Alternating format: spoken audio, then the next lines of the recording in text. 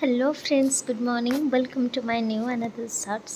सो आज गोटे सुंदर कथाटे कहबी।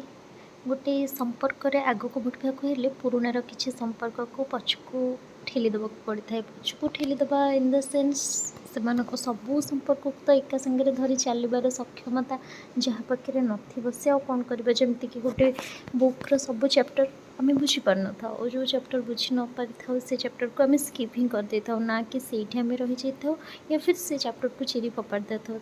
सेटा तो नुहे ना। So life is like this.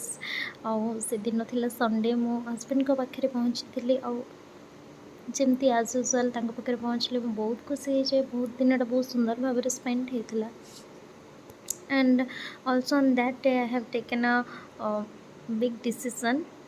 और जमती कि मो फेस रो ग्लो देखी जापारे मुझे खुशी अच्छी but on the next day कौन है मो सहित से देखा।